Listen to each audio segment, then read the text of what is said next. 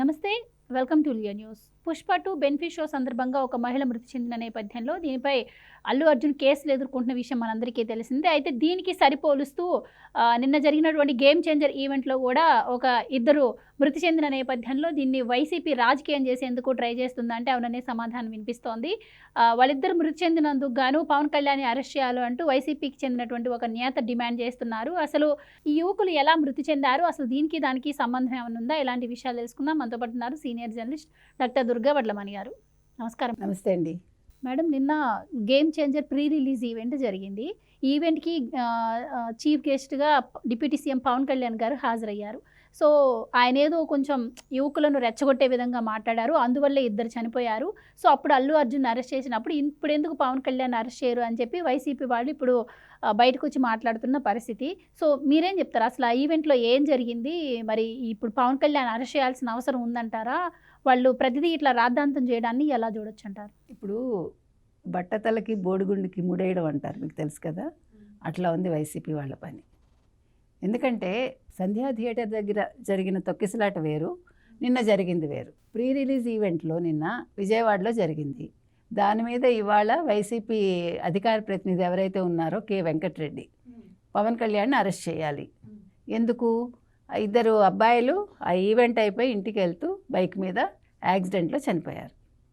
దానికి పవన్ కళ్యాణ్కి సంబంధం ఏంటి? పవన్ కళ్యాణ్కి సంధ్యా థియేటర్లో జరిగిన అంటే తొక్కిసలాటకి సంబంధం ఏంటి? లేదు పవన్ కళ్యాణ్కి బన్నీకి సంబంధం ఏంటి? అంటే చూసే విధానం. ఇప్పుడు ఏదో ఒకటి రచ్చ చేయాలి ఎవరు వైసీపీ వాళ్ళు చలనచిత్ర పరిశ్రమని పట్టించుకోలేదు గతంలో. అంటే జగన్మోహన్ రెడ్డి వాళ్ళని అవమానించాడు. యాక్చువల్గా మనం మొదటి నుంచి చూస్తేనండి, ఏ రాష్ట్రమైనా సౌత్ ఎస్పెషల్లీ సినిమా వాళ్ళకి అంటే చలనచిత్ర పరిశ్రమకి రాజకీయాలకి రాజకీయ నాయకులకి సంబంధం ఉంటుంది. అంటే ప్రభుత్వాలు ప్రోత్సహిస్తాయి. అదేవిధంగా సినిమా వాళ్ళు కూడా ప్రభుత్వంతో మంచిగానే ఉంటారు. అంటే వాళ్ళకి తగ్గట్టుగా వాళ్ళకి చేసి పెడుతూ ఉంటారు. ఇప్పుడు చూడండి, మన రేవంత్ రెడ్డి గారు అడిగారు, మీరందరూ కూడా డ్రగ్స్ లేకుండా అంటే తెలంగాణ డ్రగ్స్ రహిత తెలంగాణ చేయాలి, మీరందరూ దానికి మాకు సామాజిక బాధ్యతగా తీసుకుని మీరు వీడియోలు చేయండి అంటే ప్రభాస్ చేశారు, ఇంకా ఇద్దరు ముగ్గురు చేశారు కదా. ఎందుకు చెప్తున్నామంటే ఇవాళ 5 ఏళ్ళు 2019 నుంచి 2024 వరకు సినీ పరిశ్రమకు చెందిన పెద్దలు చాలా అవమానాలకు గురయ్యారు వైసీపీ ప్రభుత్వ హయాంలో.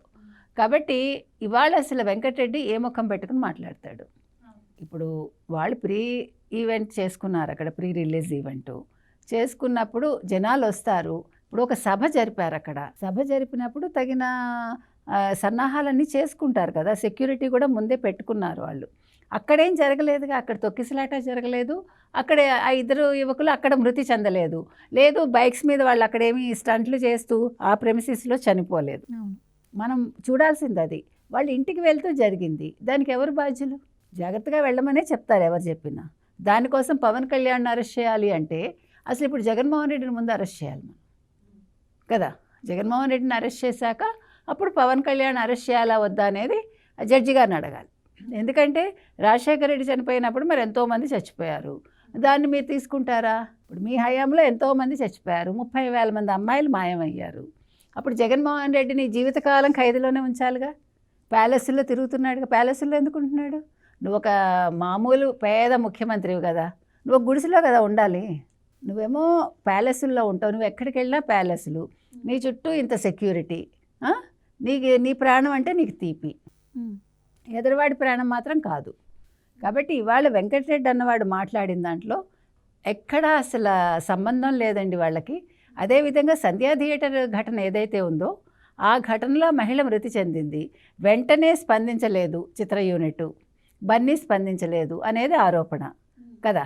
ఇప్పుడు రేవంత్ రెడ్డి పేరు మర్చిపోయాడా లేదా అది పక్కన పెడితే, రేవంత్ రెడ్డి చెప్పాడు కదా నా పేరు మర్చిపోయినా నేను పట్టించుకోనని, ఆ విషయంగా అరెస్ట్ చేశారు అని మళ్ళీ సోషల్ మీడియాలో వీళ్ళే ప్రచారాలు చేస్తారు. కాబట్టి అక్కడ తర్వాత బన్నీ వాళ్ళు ఆ పిల్లాడిని చూసుకుంటున్నారా శ్రీతేజ్ని, ఆ మహిళ మృతికి ₹1,00,00,000 ప్రకటించారు, 50 లక్షలు చిత్ర సుకుమార్ ఇచ్చాడు, అందరూ వాళ్ళు ఇచ్చారు కదా. 2 కోట్లు సాయం చేశారు వాళ్ళు. ₹1,00,00,000 అల్లు అర్జున్ తరఫున అల్లు అర్జున్ ఇచ్చాడు. సో మనం చెప్పేది ఏంటంటే, ఒక ఈవెంట్ని తీసుకెళ్ళి ఇంకో దానికి ముడిపెట్టేసి మీరు బన్నీని అరెస్ట్ చేయలేదా అంటే, ఇప్పుడు నువ్వు మళ్ళీ బన్నీని మీరు వైసీపీ వెనకేసుకొస్తుంది. మీకు అర్థమవుతుందా ఇక్కడ పాయింట్? రీసెంట్గా తాజాగా ఈ బన్నీ అంశం ఏదైతే ఉందో దానిపైన పవన్ కళ్యాణ్ గారు మొన్న స్పందించారు కదా, ఒక 4-5 డేస్ బ్యాక్. ఆ తర్వాత కూడా అంబేద్కర్ దానిపైన ట్వీట్ పెట్టడం జరిగింది. అంటే ఘటన జరిగిన 27 రోజుల తర్వాత పవన్ కళ్యాణ్ స్పందిస్తున్నారు.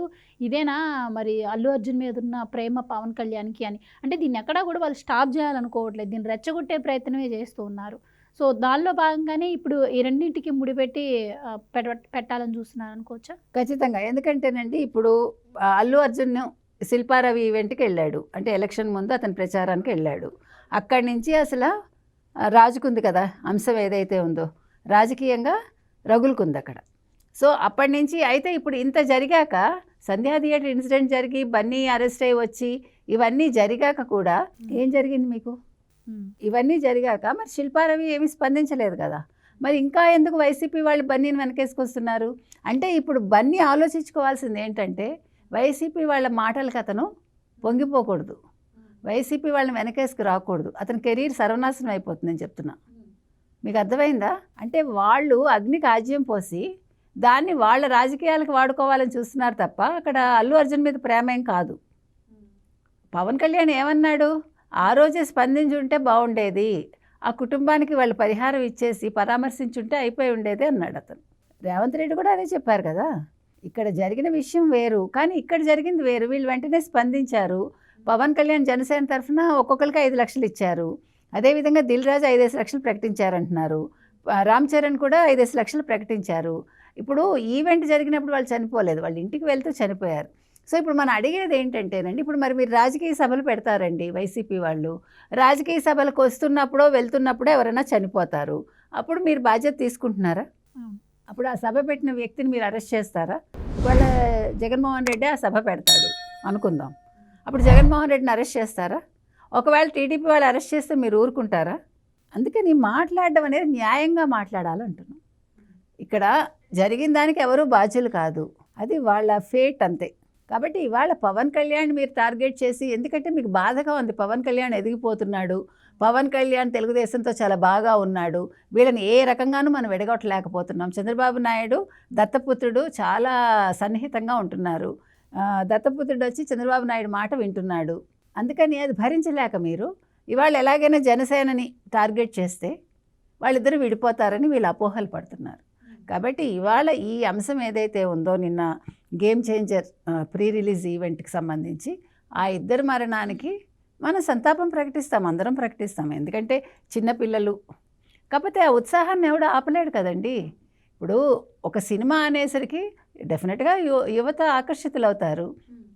మీరు మరి మీ సభలకి ఆడవాళ్ళని తీసుకొస్తారు ఎండల్లో పడి, ఎందుకండి పెన్షన్ ఇవ్వలేదని ఎవరు వాలంటీర్లు ఏం చేశారు? మీరు పెద్దవాళ్ళని మిట్ట మధ్యాహ్నం తీసుకొచ్చి చంపారు. మరి మిమ్మల్ని మీ జగన్మోహన్ రెడ్డిని ఎన్నిసార్లు అరెస్ట్ చేయాలి?